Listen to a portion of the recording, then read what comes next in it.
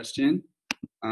What is your favorite holiday? What you can do is have your teacher like type in some of your answers and we'll see them and we'll like proceed with our presentation.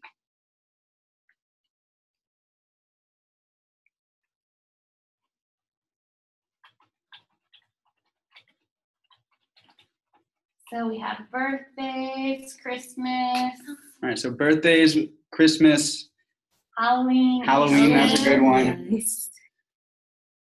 All right, so that's just a little primer we're gonna have to get you thinking about holidays. So my country is New Zealand, and I'm gonna be talking about Waitangi Day and Anzac Day.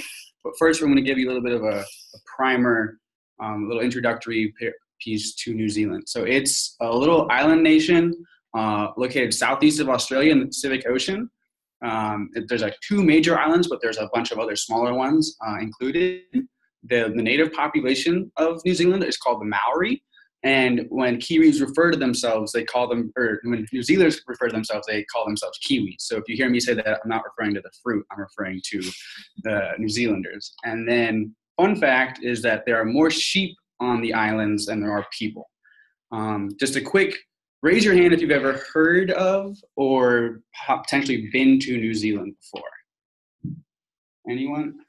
See, one hand. We got one hand. A few hands. All right, so a few people. So this is largely like pretty new.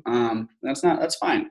So, as I go through my holidays, I want you to kind of think about which U.S. holidays you kind of like remind you of.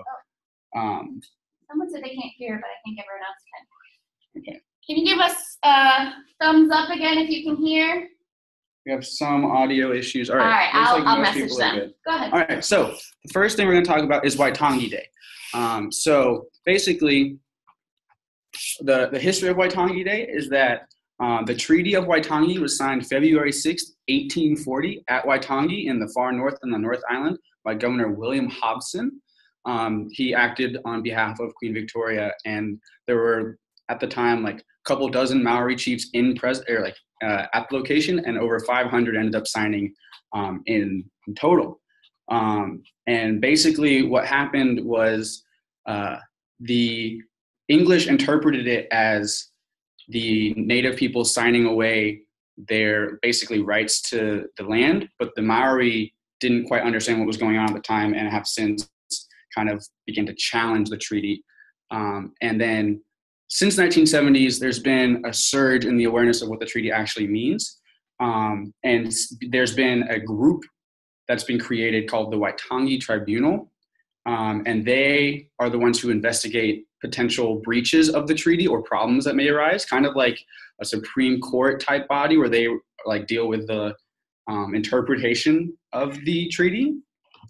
And so the next slide is more about like the actual how it became a holiday in New Zealand. So it was first commemorated as a holiday in 1934, 2 years after Governor General Lord Bledsoe and his wife bought and gifted the house of James Busby where the treaty was signed to the country of New Zealand. They did this in hopes that it would spur kind of like a celebration and like a remembrance of signing the treaty. And then it was recognized as a regional holiday a couple years after and a national holiday in the 1960s. So then there's been some name changes throughout the course of this holiday. It was called Waitangi Day at first and then changed to New Zealand Day.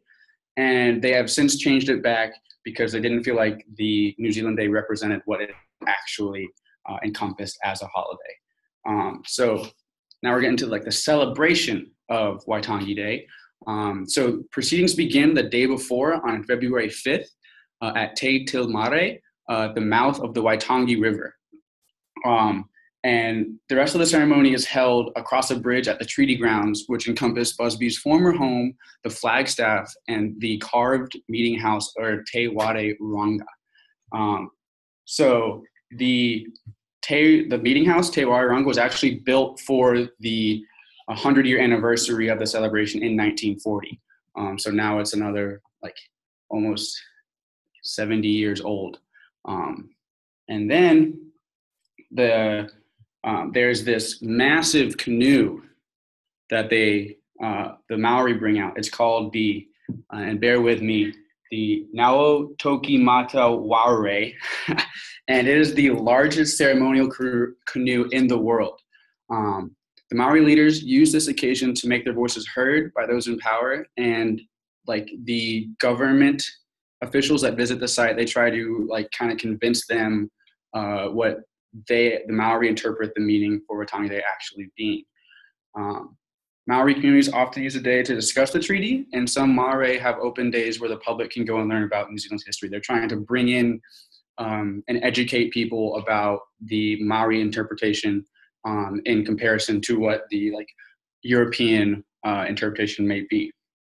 So then there's most recently there's been more controversy over whether or not there's actually a reason to celebrate Waitangi Day, because it was ultimately stripping the Maori of their like independence.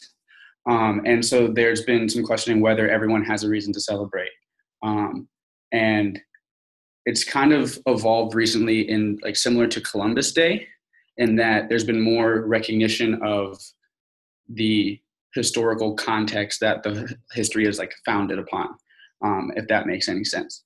So it's going to be interesting to see whether or not this is continued for the like upcoming years, with more like awareness and more education about what the treaty actually meant. But it'll be interesting to see what happens. And then the next day I'm going to talk about is Anzac Day. Anzac Day is the anniversary of the landing of New Zealand and Australian forces in the Gallipoli Peninsula in the 25th of April, 1915 during World War I. The campaign was the first time New Zealand had stepped onto the world stage, and the Kiwi troops made a name for themselves fighting hard, against the odds and in a pretty hospitable and rough environment. The red Flanders poppy has since become a symbol of the Anzacs and is worn to show remembrance.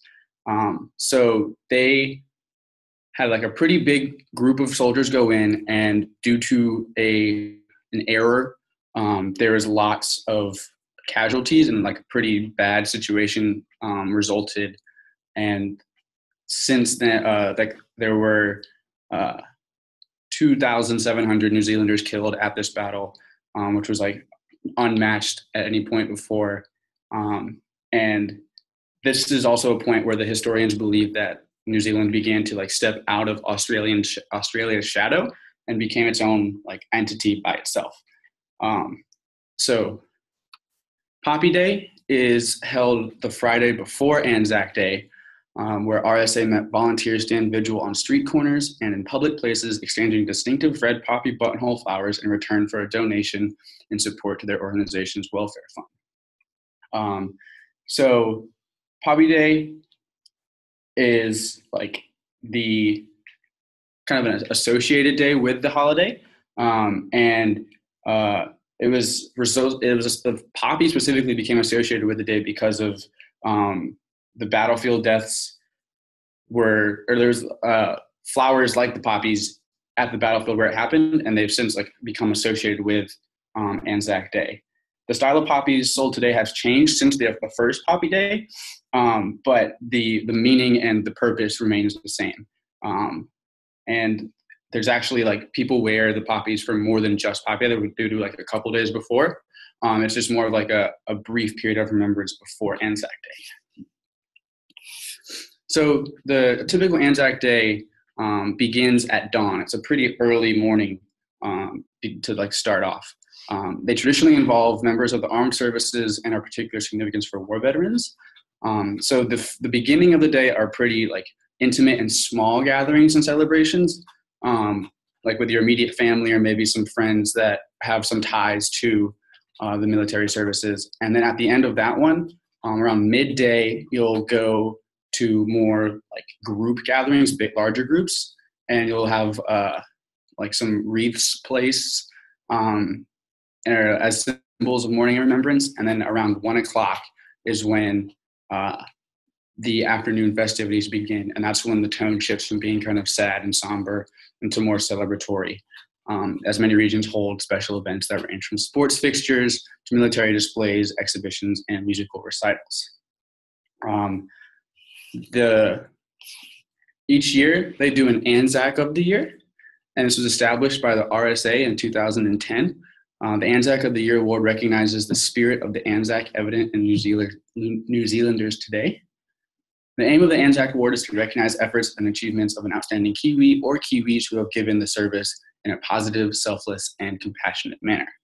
So basically, the goal of this award is to each year recognize someone who went above and beyond in their service of New Zealand and bring them recognition due to their honor or valor. So finally, I have a quick question, and you can answer by having your teacher type in your answer for you guys. Which pair of holidays celebrated in the U.S. are most similar to New Zealand's Waitangi and Anzac days? So answer A is Groundhog Day and Black Friday. B is Independence Day and Veterans Day. C is Valentine's Day and Memorial Day. And D, New Year's Day and whatever holiday I actually forgot to type in. So if you would get your teacher to answer, type in your answer, and I will reveal the answer in 20 seconds. All right, looks like everyone who's answered has got it right. It is B, Independence Day and Veterans Day. So Veterans Day is actually this Friday. I don't know if you guys will have school or not, or Saturday, but we might have Friday off. So maybe something to think about is why we actually celebrate Veterans Day. And that's all I have. All right, guys, I'm Ashley again.